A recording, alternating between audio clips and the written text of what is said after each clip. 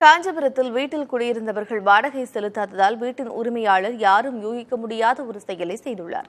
அப்படி அவர் என்னதான் செய்தார் பார்க்கலாம். காஞ்சிபுரம் விளக்காடி கோயில் பகுதியைச் சேர்ந்த சீனிவாசன் என்பவருக்கு வானவில் நகர் பகுதியிலும் வீடு ஒன்று உள்ளது. அதன் மேல் மாடி வேணுகோபால் என்பவருக்கு வாடகைக்கு விடப்பட்டுள்ளது.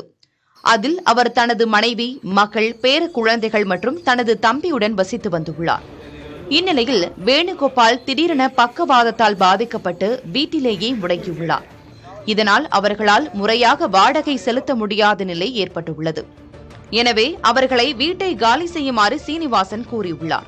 இதனையடுத்து வழக்கறிஞர் உதவியுடன் பேசி கால அவகாசம் பெற்ற வேணுகோபால் குடும்பத்தினர் 6 மாத காலமாக வாடகை செலுத்தாமல் இருந்ததாக கூறப்படுகிறது. இதனால் ஆத்திரமடைந்த சீனிவாசன் மாடிக்கு செல்லும் படிக்கட்டுகளை இடித்து அகற்றியுள்ளார். இதனால் வேணுகோபால் குடும்பத்தினர் தங்களது வீட்டிற்குள்ளேயே சிக்கி தவித்தனர்.